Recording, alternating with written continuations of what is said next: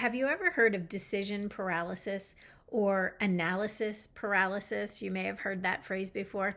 Um, what that means is that we struggle with making decisions, making choices, right?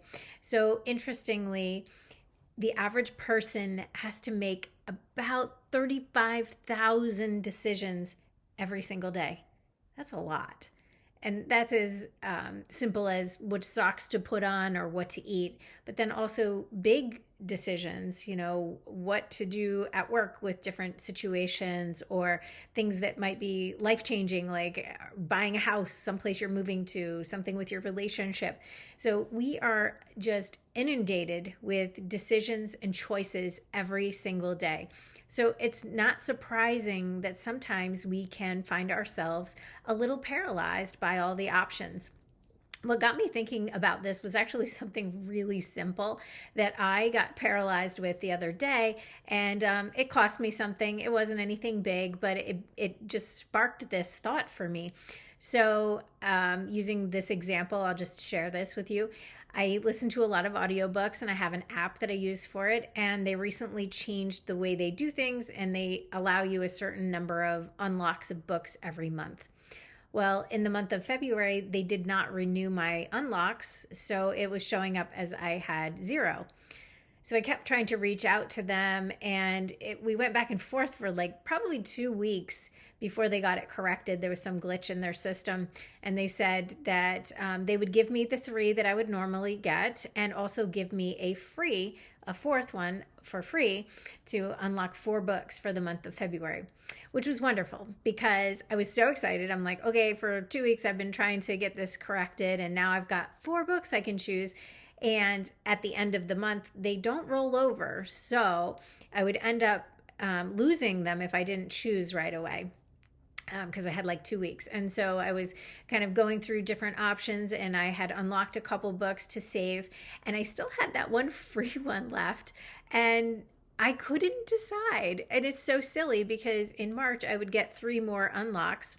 But for some reason, because I had so many options of all these different books, I found myself just paralyzed. I kept going into the app and reading different previews of books, and I actually just never made the choice, and then I lost the free book.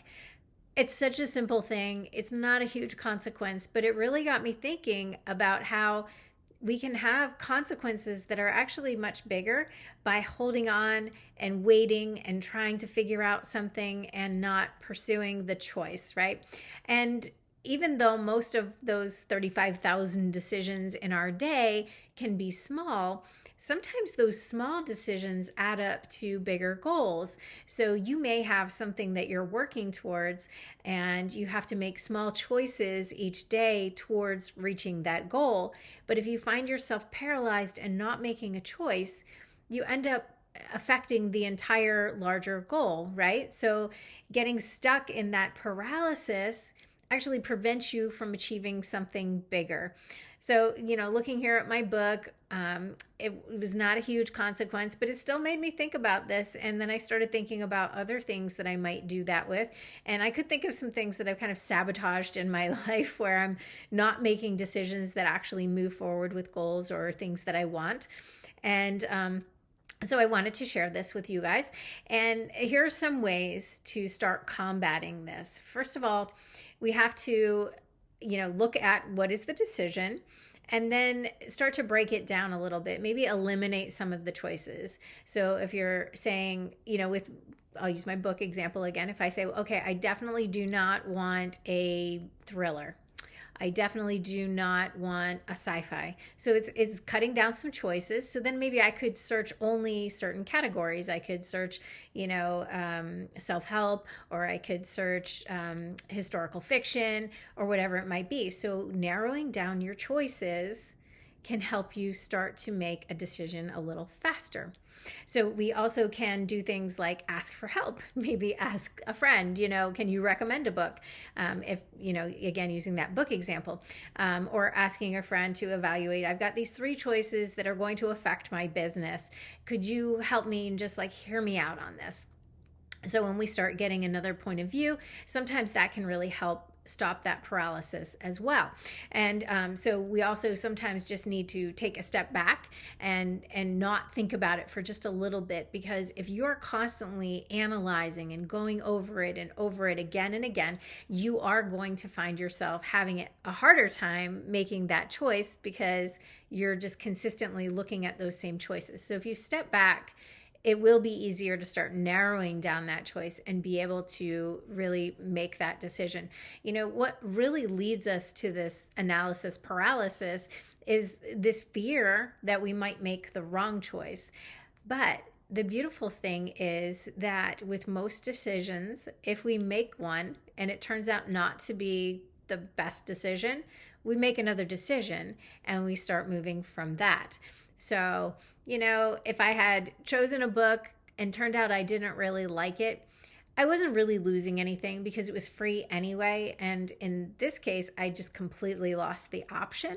So kind of like looking at those consequences, you know, start narrowing down your choices, get some outside help, start evaluating what is it that I'm really afraid of here. And if I can make a choice and just move forward with that anyway, I can always make another choice. So just wanted to share this little bit about analysis paralysis and decision making, and I hope that it helps you. If you are interested in any other mindset tips or self-help, you can go ahead and check out my website at jennifer-riggs.com.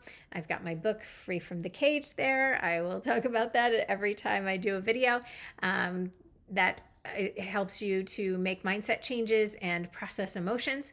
I'm also available for one-on-one sessions. You can find that information on my website as well.